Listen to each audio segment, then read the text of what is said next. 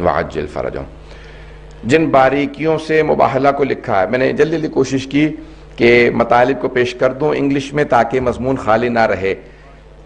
ایک شب میں حبیب خدا نے، رسول خدا نے حضرت سلمان سے کہا کہ سلمان، مباہلہ میں جانے والوں کے لیے اہتمام کر دو، میں مدینے سے باہر فلاں مقام پہ مباہلہ کروں گا. اس مقام پہ آج ایک مسجد موجود ہے، سفید رنگ کی مسجد ہے، موجودہ نام مجھے معلوم نہیں. ایک زمانے میں اسی جگہ کا نام مسجد مباہلہ تھا، اب نام بدل دیے گئے ہیں. جو حاجی حضرات تازہ ہو کے آئے ہیں وہ نیا نام جانتے ہوں گے، نام کئی مرتبہ بدلا جا چکا ہے.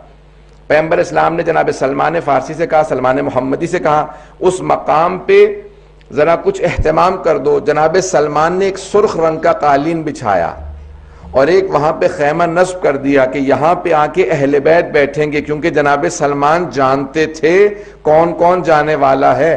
انہوں نے ایک سرخ رنگ کا قالین بچھایا. اب میں کہوں گا کہ رسول خدا نے صرف جناب سلمان فارسی ہی سے کہا کہ وہاں قالین بچھاؤ، شاید اسی وجہ سے سلمان فارسی منا اہل البیت کے درجے پہ فائز ہے. اب رسول خدا نے کہا قالین بچھاؤ، جناب سلمان نے سرخ رنگ کا قالین بچھایا. کہا فجر کے بعد جائیں گے، اس سے پہلے جناب سلمان فارسی گئے اور وہاں پہ قالین بچھا دیا، سرخ ریڈ کارپیٹ. عزیزان گرامی، شاید آج بھی کرسچن ورلڈ کے اندر جب کسی کو بہت زیادہ اہمیت دینی ہو، کسی کو بتانا ہو یہ بہت زیادہ وی آئی پی ہے یا وی وی آئی پی ہے، تو آج بھی ریڈ کارپیٹ ٹریٹمنٹ دی جاتی ہے، سرخ رنگ کا قالین بچھایا جاتا ہے. شاید ان کرسچنز نے اہل بیت کو آتا دیکھا تھا اور اس مقام پہ سرخ قالین دیکھا تھا. جو سرخ قالین پہ آ کے بیٹھے تو انہی کے لیے یہ ریڈ کارپیٹ ٹریٹمنٹ وہیں سے ظاہراً شروع ہوئی ہے. اب جناب سلمان نے سرخ رنگ کا قالین بچھایا، رات کے اندر پیغمبر اسلام نے بتا دیا اور کہہ دیا مباہلہ فجر کے بعد طلوع آفتاب سے پہلے ہوگا، آفٹر فجر prayers before the sunrise. کیوں؟ نہ یہ صبح کا وقت ہے نہ رات کا وقت ہے. یا رسول اللہ ایسا وقت کیوں چنا جو نہ صبح ہے نہ رات ہے؟ کہا کیونکہ رات میں معلوم نہیں ہوتا کون کون آیا تھا، اور صبح میں لے جانا نہیں چاہتا فاطمہ کو کیونکہ پردے کا اہتمام ہے. اگر میں بات واضح کر پایا ہوں، کہ اس اہتمام کے ساتھ لے کے جانا چاہتا ہوں کیونکہ سیدہ جا رہی ہیں تو میں نہیں چاہتا کہ دن ہو، لیکن میں چاہتا ہوں کہ لوگ دیکھ لیں کہ کون کون آیا تھا. 5 آئے تھے، بس سب نے دور سے دیکھا. عزیزان گرامی دیکھیں، اب بحث ہے معرفت سے. جناب امیر علیہ السلام کہتے ہیں بولو اور پہچانے جاؤ، speak and you will be known. Recognition is through speech. 4 ان کے 8 بشپ تھے، اسقف اعظم جو عربی میں اصطلاحات دی گئی ہیں. اطیب البیان میں سید طیب الموسوی الجزائری نے اپنی تفسیر اطیب البیان میں لکھا، وہاں سے پیش کر رہا ہوں. کہ 4 ان کے جو ہیں اس وقت کے سب سے بڑے اسقف تھے، 8 بشپ انگلش میں آپ لوگ کہتے ہیں، جو سب سے بڑے ان کے پادری تھے. کہ وہ 4 افراد تھے، ان 4 نے دور سے دیکھنا شروع کیا اور ان میں سے ایک کا نام عاقب تھا. اس نے کہا کہ اے عیسائیو، میں تم سب سے کہتا ہوں آنے والوں سے مباہلہ مت کرنا. میں وہ ہستیاں دیکھ رہا ہوں کہ اگر انہوں نے ہاتھوں کو بلند کیا اور پہاڑ کو اپنی جگہ سے ہلنے کے لیے کہا تو پہاڑ اپنی جگہ کو چھوڑ دے گا. چہرے ایسے ہیں. ابھی اہل بیت نے دعا نہیں کی، کلام نہیں کیا، صرف چہروں کو دیکھ کے عیسائی پہچان گئے تھے. تو ایک بات واضح ہو گیا، کوئی تعصب نہ رکھتا ہو، پریجڈس نہ ہو، ریسزم نہ رکھتا ہو، کسی بھی طرح کا ڈسکریمنیشن نہ کرتا ہو، تو اہل بیت کو دیکھ کے پہچان سکتا ہے. یہ عام نہیں ہے. پتہ نہیں بات کو پہنچا پا رہا ہوں کہ نہیں. جناب یوسف کو جب دیکھا تھا نا سارے مصر والوں نے، تو سب نے کہا تھا بل ہوا ملک کریم، یہ انسان نہیں بلکہ آسمان سے نازل ہوئی مخلوق معلوم ہوتا ہے. جناب یوسف کا فخر ہے رسول خدا. آج حبیب خدا آ رہے ہیں اپنی آب و تاب کے ساتھ. سب عیسائیوں نے ایک مرتبہ رخ رونق کو دیکھنے کے بعد کہا جو آ رہے ہیں اگر انہوں نے بد دعا کی تو قیامت تک کے لیے ایک عیسائی نظر نہیں آئے گا. اسی لیے ان سب نے فیصلہ کیا ہم مباہلہ نہیں کریں گے. اگر مباہلہ ہو گیا تو سارے عیسائی مسخ ہو جائیں گے. یہ ان کے الفاظ سے نجس جانوروں میں مسخ ہو جائیں گے. اب میں ممبر کے احترام میں نہیں کہہ رہا ہوں کہ انہوں نے کہا وہ نجس جانوروں کی شکل میں مسخ ہو جائیں گے. اگر کوئی ان کے مقابلے میں آ گیا تو عیسائی بھی سمجھتے ہیں کہ مسخ ہو جائیں گے. اب اگر کوئی اہل اسلام ہوتے ہوئے اہل بیت کو نہ پہچانے، سمجھ لو عیسائیوں سے بدتر ہو جائے گا. خیال محمد ہیں، ان کی عظمت کیا ہے. ابھی بولے نہیں ہیں، کلام نہیں کیا، پیغمبر نے خطبہ نہیں دیا، جناب امیر نے خطبہ نہیں دیا، امام حسن و حسین علیہ السلام نے خطبے نہیں دیے، صرف دیکھا اور انہوں نے کہا کہ ان کے چہروں کے نور بتا رہے ہیں۔ مورخین نے سب نے یہی لکھا نا 7 ہجری کا۔ عزیزان گرامی، جناب سید الشہداء 3-4 برس کے ہیں، لیکن سب نے یہی لکھا مباہلہ میں رسول خدا نے امام حسن کی انگلی پکڑ رکھی تھی اور امام حسین کو گود میں لے رکھا تھا۔ اب یہ گود کا وقت نہیں ہے، امام حسین علیہ السلام 6 مہینے یا 4 مہینے کے نہیں ہیں، 3-4 برس کے ہیں اور اچھی طرح سے چلنا جانتے ہیں۔ ابھی چند دنوں ہی پہلے تو مباہلہ سے یا 1 برس پہلے تو سید الشہداء نے ضد کر کے کہا تھا نا، نانا میں آپ کے اس گھوڑے پہ سواری کرنا چاہتا ہوں، ذہن میں جملے لا جائے گا، نانا میں آپ کے اس گھوڑے پہ مأمون پہ سواری کرنا چاہتا ہوں۔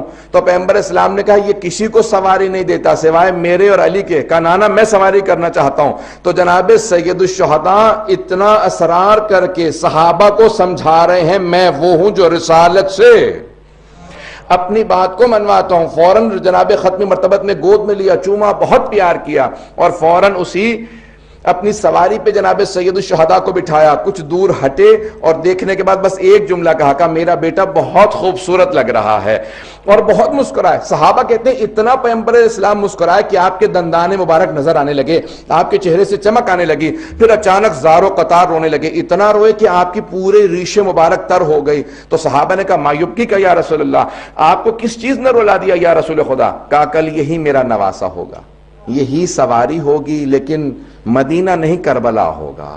میں اس لحظے کو سوچ کے رو رہا ہوں۔ تو ابھی جناب سید الشہداء یعنی چلنے پھرنے کے مطابق اور سب چیز یعنی اتنے بچپنے میں نہیں ہے کہ آغوش میں ہوں، لیکن پیغمبر اسلام سارے ان عیسائیوں کو، مسلمانوں کو پیغام دے رہے ہیں جو رسالت جس کے ناز اٹھائے اسے حسین ابن علی کہتے ہیں، کیونکہ اسی مباہلہ کے فوراً بعد تاریخ محرم کی آئیں گی جہاں حسین قربانی دے کے پورے دین کی حفاظت کریں گے۔ تو آج پیغمبر اسلام آغوش میں لے جا کے بتا رہے ہیں کہ یہاں نازش اٹھانا مقصود تھا، حسین کی نازش کرنا مقصود تھا تاکہ واضح ہو سکے حسین ابن علی کون ہے۔ بس بھی آئے ہیں جملے کو آخری پیش کروں گا، میرے پاس وقت ہے تھوڑا سا، اگر آپ لوگ زحمت کریں گے تو میں مطالب کو آگے بڑھاؤں گا۔ عزیزان گرامی، ختمی مرتبت آئے، میدان مباہلہ میں پہنچے۔ اب میں چند جملے 1-2 بزرگ خطباء کے ہیں پیش کرنا چاہتا ہوں کہ رسول خدا جب چل رہے تھے تو آپ جب قدم اٹھاتے تھے، جہاں آپ کے قدم جاتے تھے وہیں پہ جناب سیدہ کے قدم آتے تھے۔ میں اپنے انداز سے کہوں، جہاں جہاں رسالت کے قدم آتے تھے عصمت کے قدم بھی وہیں پہ جاتے تھے اور امامت کے قدم انہیں چھپاتے تھے۔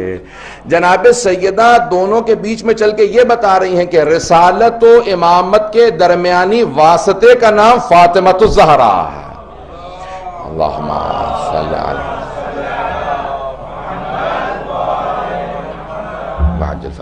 علی یعنی رسالت کے، جسے انگلش میں آپ لوگ کہتے ہیں مسنگ لنک، رسالت اور امامت کے اس واسطے کا، رابطے کا نام جناب فاطمۃ الزہرا ہے۔ عزیزان گرامی، مباہلہ ختم نبوت کی دلیل بھی ہے، ابتدائی امامت کی دلیل بھی ہے، دونوں چیزوں کی دلیل مباہلہ ہے۔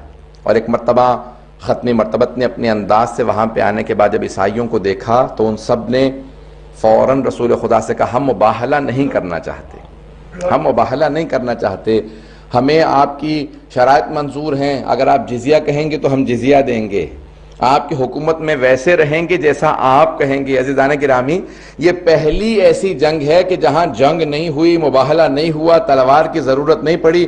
میں بہت سوچا کرتا تھا رسول خدا بیٹی کو کیوں لے گئے؟ رسول خدا جنگ کے لیے نہیں بلکہ دعا کے لیے بیٹی کو لے کے گئے تھے، کیونکہ آج دعا کا مقابلہ تھا۔ جہاں تلوار کا مقابلہ ہوتا تھا جناب امیر کو سب سے آگے بھیجتے تھے، جہاں دعا کا مقابلہ آیا وہاں پہ جناب سیدہ کو سب سے آگے لے کے چلے، کہا کہ کیونکہ دعا کا مقابلہ ہے، جہاں سیدہ آمین کہہ دیں گی وہاں پہ اللہ سبحانہ و تعالی ویسا ہی رکھے گا جیسے سیدہ کہیں گی۔ اب یہ حدیث رسول خدا سمجھ میں آتی ہے کہ ان اللہ یغضب لغضبها ویرضى لرضاها، خدا فاطمۃ الزہرا کے غضبناک ہونے سے غضبناک ہوتا ہے اور ان کے راضی ہونے سے خدا راضی ہوتا ہے۔ اب پیغمبر اسلام کی حدیث سمجھ میں آتی ہے کہ اگر سمجھنا چاہیں صحابہ رسول میں کون کون رضی اللہ عنہ ہے، دیکھ لیجئے کس کس سے جناب سیدہ راضی ہے۔ عزیزان گرامی، جناب خاتون جنت کی عظمت کا تعارف تھا جس میں رسول خدا مباہلہ کے اندر خاتون جنت کو ساتھ لے کے گئے۔ آئیے ذرا جناب امیر علیہ السلام کی زبانی نہج البلاغہ سے چند جملے اقتباسات پیش کرنا چاہتا ہوں، چند خطبوں کے الفاظ پیش کرنا چاہتا ہوں کہ اہل بیت علیہ السلام کون ہیں، اور ایک سوال شبہ ہے اس کا جواب دینا چاہتا ہوں۔ اگر سننا چاہیں گے تمام حضرات تو میں پیش کروں گا۔ باوضع بلند صلوات۔